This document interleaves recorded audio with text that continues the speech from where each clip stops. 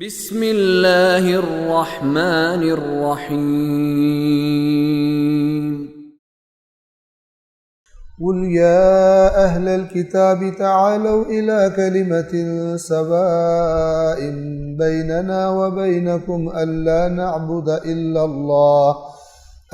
نعبد إلا الله ولا نشرك به شيئا ولا يتخذ بعضنا بعضا أربابا من دون الله فإن تولوا فقولوا اشهدوا بأننا مسلمون۔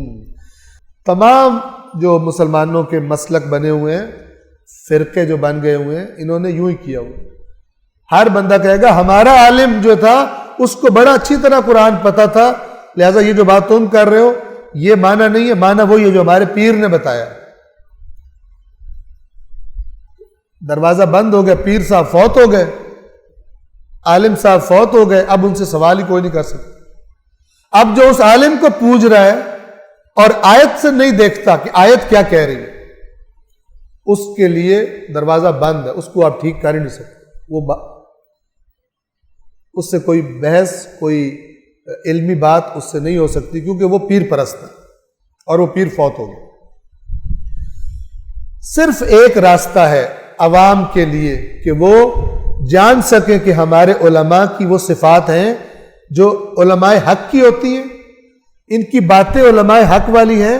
کون سا راستہ ہے؟ اللہ کی کتاب کا راستہ، ورنہ کوئی راستہ اور ہے ہی نہیں۔ صلوات پڑھیے محمد والے۔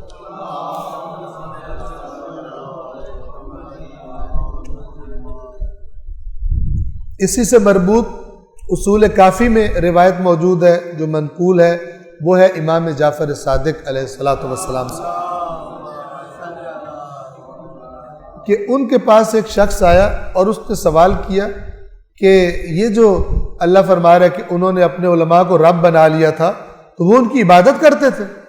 امام نے فرمایا واللہ عبادت نہیں کرتے تھے، یہ واللہ تاکید کے لیے قسم، خدا کی قسم یہ مت سمجھنا کہ وہ سجدے کرتے تھے اور ان کے لیے روزے رکھتے تھے، نہ، بلکہ جس کو وہ کہتے تھے حلال ہے یہ پیچھے چل پڑتے تھے، جس کو وہ کہتے تھے حرام ہے اور آنکھیں بند کر کے پیچھے چل پڑتے تھے، اللہ کی کتاب میں سے اللہ کے احکام کو نہیں دیکھتے۔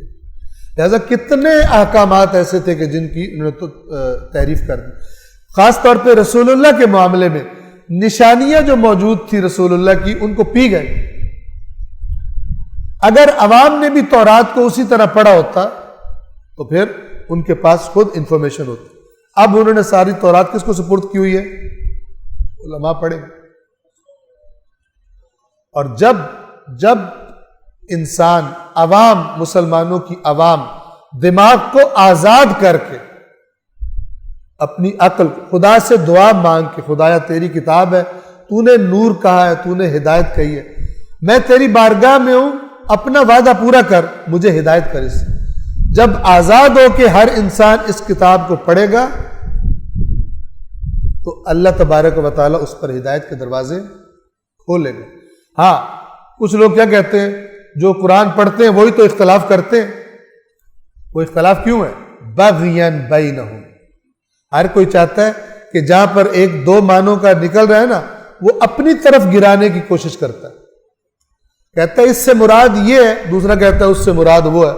آپ کتنی آیات پڑھیں گے کہ اگر آپ اہل سنت میں جائیں گے شان نزول ان کے حق میں ہوگا، آپ شیعوں میں آئیں گے شان نزول ادھر کے حق میں ہوگا، تو آیت بھول جاتی ہے، شان نزول پہ لڑ پڑتے ہیں۔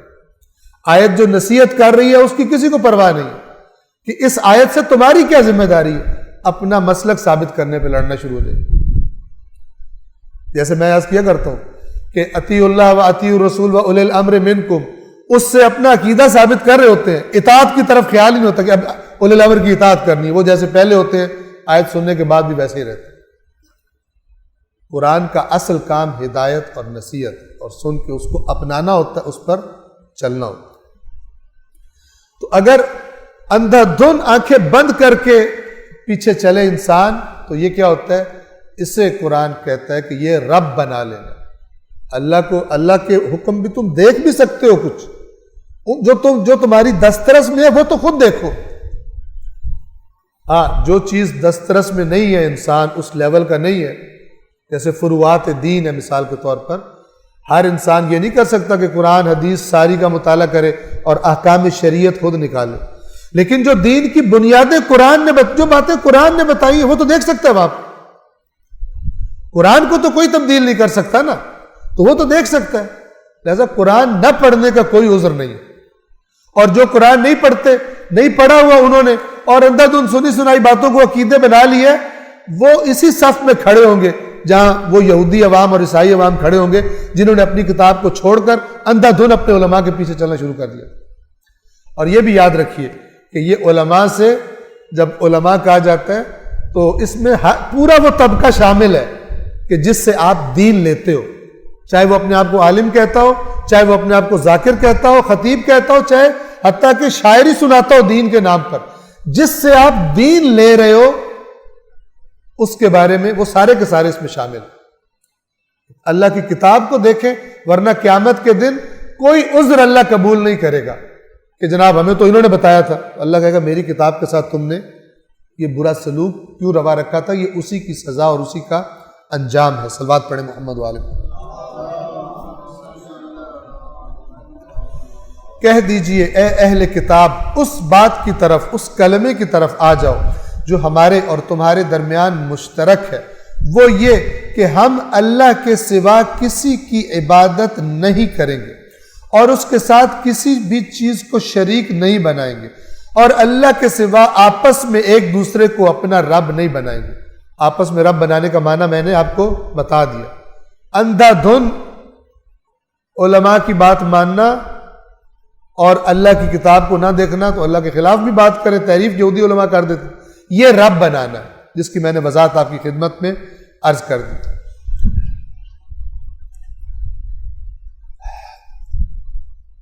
فَإِن تَوَلَّوْا فَقُولُوا اشْهَدُوا بِأَنَّا مُسْلِمُونَ، پس اگر یہ نہ مانے پھر جائیں، اے رسول یہ اہل کتاب اگر اس اتنی جو ایک چیز مشترک ہے اس دعوت کو بھی نہ مانے، تو پھر آپ ان سے کہہ دیں کہ گواہ رہنا ہم مسلمان ہیں، ہم مسلم ہیں، یعنی ہمیں جو خدا نے کہا ہم اس دعوت کے لیے تیار ہیں، ہم مشترک بات پر اکٹھا بیٹھنے کے لیے تیار ہیں۔ اگر تم نہیں تیار تو پھر گواہ رہو کہ ہم اللہ کے حکم کے آگے سر جھکانے والے ہیں، تم نہیں مان رہے۔ اور کاش مسلمانوں کا ہر مسلک دوسرے کو یہی دعوت دے کہ آؤ مشترک باتوں پہ اکٹھا بیٹھتے ہیں اور اختلافات کا کوئی ضابطہ اخلاق بنا لیتے ہیں، اور کہیں اسی طرح کہیں کہ اگر آ جاؤ تو ٹھیک، اگر نہیں آؤ تو پھر گواہ رہنا کہ ہم نے مشترکات پہ اکٹھا ہونے کی دعوت دی تھی، عین قرآن والی دعوت دی تھی جو قرآن کہتا ہے۔ اور اگر پھر جاؤ تو پھر گواہ رہنا کہ ہم اس اللہ کے حکم کی اطاعت کر رہے ہیں۔ ہمیں لڑنے والی چیز نہیں چاہیے، ہمیں مل کر بیٹھنے والی اتفاق اور اتحاد والی فضا چاہیے جو قرآن مجید حکم فرماتا ہے۔ آپ توجہ فرمائیں، یہ قرآن میں موجود ہے، اس کو پڑھ پڑھ کے لوگ ثواب بھی لیتے ہوں گے، لیکن اس پر عمل کرنے والے آپ کو معاشرے میں کہاں دکھائی دیں گے؟ چند آوازیں آپ کو نظر آ جائیں گی، چند آوازیں چراغ لے کر ڈھونڈنے سے کہ جو امت کا نام لیتا ہے، ورنہ ہر کوئی اپنے اپنے فرقے، کل حزب بما لدیہم فرحون۔ آپ جس بھی مسلک سے ہو، آپ اپنے آپ کو شیعہ کہتے ہو، سنی کہتے ہو، جس مسلک سے ہو، اگر آپ کو امت پوری کا درد نہیں ہے، آپ گمراہ ہو، آپ خلاف قرآن، خلاف سیرت رسول جو پوری انسانیت کی نجات کے لیے تڑپ رہا تھا، آپ میں اگر یہ تڑپ نہیں ہے، رسول اللہ آپ کا اسوہ نہیں ہے، جھوٹ بولتا ہے وہ جو کہتا ہے رسول اللہ میرا اسوہ ہے اور نفرت کرتا ہے لوگوں کو جہنم میں ڈالنے کا شوقین ہے، وہ جھوٹ بولتا ہے کہ رسول اللہ میرا اسوہ ہے، اپنے اپنے مولویوں کی سنی سنائی باتوں پہ بنیاد رکھ کر، قرآن کی باتوں پہ بنیاد، اپنے اپنے مولویوں کی بات پر بنیاد رکھ کے ایک دوسرے کی جان کے دشمن بنے گے۔ قرآن کی بات یہ ہے کہ مشترکات ڈھونڈو، ان پہ بیٹھ جاؤ، خود بخود جو ایک دوسرے کی توہین کرنے والے مسائل ہیں خود بخود کام ہو جائیں گے، خود بخود کام ہو جائیں گے۔ آپس کا احترام اور آپس کے اندر جو ایک باہمی رابطہ ہوتا ہے، اس کی فضا چیزوں کو بہتر بناتی ہے۔ لہذا پورا زور لگایا جاتا ہے ادھر نہ جاؤ نکاح ٹوٹ جائے گا تمہارا. سبحان اللہ. اللہ کے نبی نے نہیں بتایا نکاح کیسے ٹوٹتا ہے, یہ نئی ایجاد ہوگی نکاح ٹوٹ جائے گا. تو یہ ساری کی ساری باتیں کہاں ہیں, کنہوں نے پھیلائی ہیں اور پھیلانے کا موقع کیوں ملا ہے؟ اللہ کی کتاب سے عوام کی دوری کی وجہ سے. بس اگر وہ نہ مانے تو ان سے کہہ دیجئے گواہ رہو ہم تو مسلم ہیں. مسلم قرآن والا, یعنی ہم اللہ کے حکم کے آگے سر جھکا رہے ہیں, ہم تمہیں دعوت دے رہے ہیں اکٹھا ہونے کی, نہیں دیتے ہو, ہم تو اللہ کے آگے سر جھکانے والے. صدق اللہ العلی العظیم.